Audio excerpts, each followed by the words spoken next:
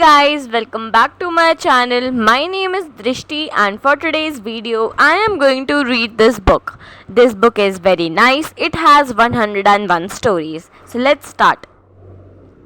The Dog and the Donkey. The dog was awakened by a noise but went back to sleep at once.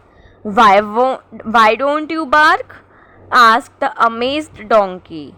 It could be thieves. You would be better advised to mind your own business, he told the donkey.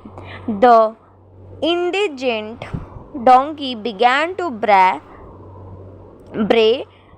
as loudly as he could.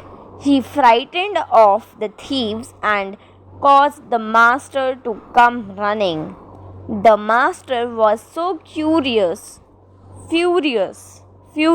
at being woken up that he began to beat the donkey. I warned you, asked the experienced old dog. Afterwards, with a master like that, it is better to think only of yourself first and foremost.